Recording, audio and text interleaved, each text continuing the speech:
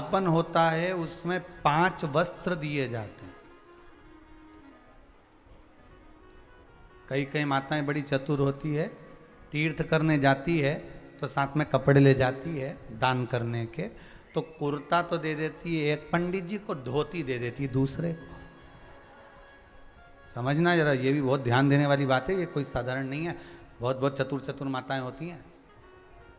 टोपी दे देगी एक को, साल दे देगी एक को। अब उसके मन में आया कि मैंने देखो कितना जोरदार पुण्य कमाया, मैंने सबके दिया। बोलो रे पंडित जी ने दिया कि नहीं दिया? अब पंडित जी बोलते हो हमें तो धोती मिली है, ये तो कुर्ता मिला, इसके तो ये सामान मिला, इसको ये मिला, तो ये, पर ये शास्त्र विमुख है।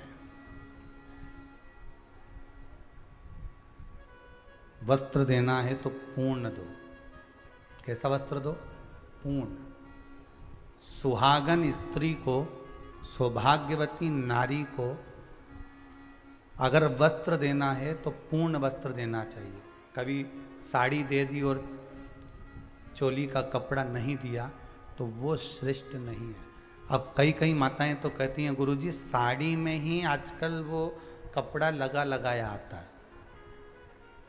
भले लगा हुआ आता है पर साड़ी में सिला हुआ होता है, वो बना हुआ होता है, उसको अलग करना पड़ेगा। तो या तो तुम उसको पहले अलग करके लाओ फिर दो। पर कभी भी सौभाग्यवती नारी को एक वस्त्र मत दो, एक वस्त्र कभी नहीं देना है।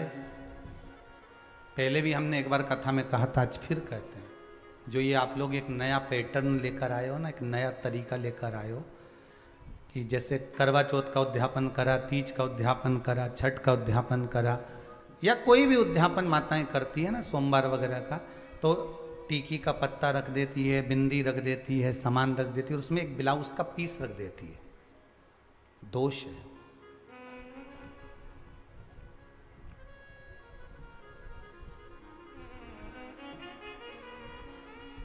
फिर माताएं कहती है कि हमको दुख क्यों झेलना पड़ रहा है, हमको ये कष्ट क्यों आया, हमने तो उद्यापन अच्छे से करा, हमने तो ये उद्यापन बहुत अच्छा करा था, फिर भगवान ने हमारे साथ ऐसा क्यों किया, किस लिए किया?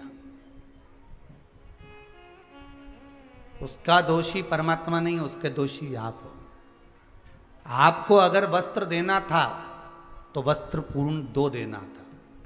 एक अकेला वस्त्र तो जब जीव के प्राण छूटते हैं तभी जाता है।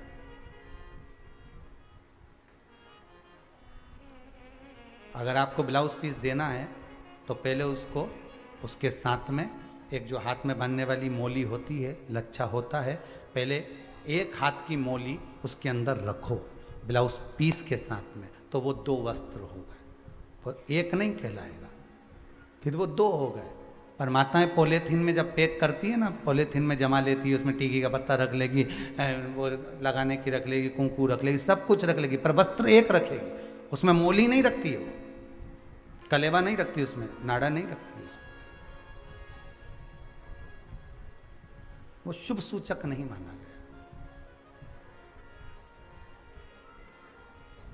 सौभाग्यवती स्त्री को अगर आप भोजन कराकर वस्त्र का दान कर रहे हो तो एक वस्त्र कभी सौभाग्यवती को नहीं जाता। वस्त्र जाते हैं तो 2-2, 5-2 ऐसे वस्त्र बढ़ते हैं महाराज। लहंगा है, वस्त्र आदि के, रुमाल आदि के, ऐसे 5 वस्त्र करे जाते हैं। यहाँ तक आज तक का प्रमाण है महाराज जी कि ये जो आप लोग जो रबड़ बैंड वगैरह देते हो ये अपनी जगह पर है, पर शास्त्र रीति तो यहाँ तक कहती है कि जो पहले साटन चलता था चोटी को गुथने के लिए, उस साटन की भी महत्वता थी महाराज। भविष्य पुराण को उठाइए और भविष्य पुराण को उठाकर देखिएगा, कभी मौका मिल जाए आपको और आपके पास में अगर भविष्य पुराण की किताब हो, पोथी हो, पुराण हो, तो उसको पढ़कर देखना एक बार। उसमें वर्णन आता है कि 5 वस्त्र में वो साटन भी गिना जाता है स्त्री के। कारण क्या था?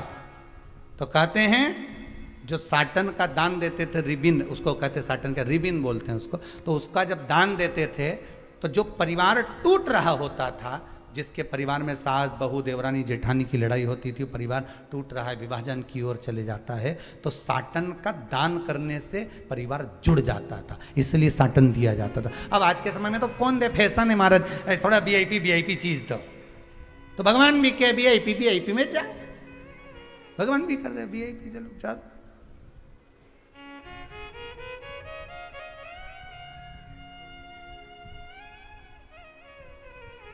अरे क्यों पुराणों में लिख दिया कि बांस की डलिया में अनाज रखकर, सुहाग सामग्री रखकर ब्राह्मण को जब भोजन कराते हैं तो उसको बांस की डलिया, आपने पढ़ना, उसमें लिखा है, आपके पास में तो किताबें होंगी उपवास की, बांस की डलिया में सामान रखकर दीजिए, बांस की डलिया, यहां लिखा नहीं कि प्लास्टिक की डलिया में पैक कर दो, यहां बांस की डलिया लिखिए। बांस क्यों?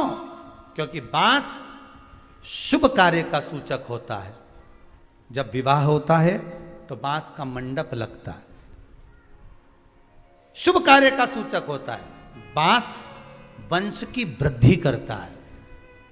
उद्यापन करने वाली नारी बांस की टोकरी में, बांस की पिटारी में सामान रखकर जब सौभाग्य का देती है, तो जैसे बांस की टोकरी एक दूसरे से गुथी होती है महाराज, और उस बांस के छोटे छोटे से रर्रे निकले होते हैं, हल्के से ले तो वो चुभ जाते हैं, उसी तरह जो दूसरी बांधाएं आती है बांस की टोकरी, उसको दूर भगाकर अखंड सौभाग्य प्रदान करती है, इसलिए बांस की पिटारी लिखी गई है।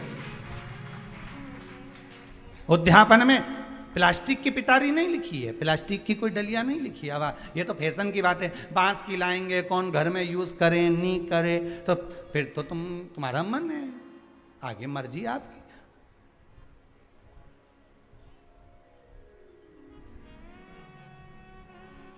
अब यूज करे कि नहीं करे, तो एक काम करो ना, शंकर भगवान के दूध चढ़ाएंगे, भगवान यूज करे कि नहीं करे, तो रबड़ी बना के चढ़ा दो, जा, अब तो तुम्हारे ऊपर है।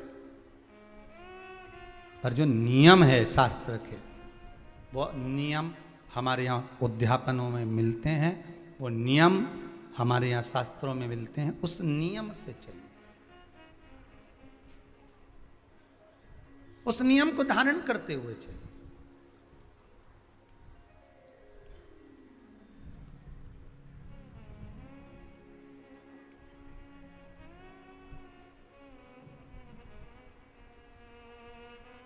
और उस नियम को जब धारण करते हुए चलोगे तो जीवन का एक सुख प्राप्त होगा, जीवन का एक आनंद प्राप्त होगा। आप आए नहीं, सुबह हो गई, मेरी पूजा की थाली धरी की धरी रह गई। दुख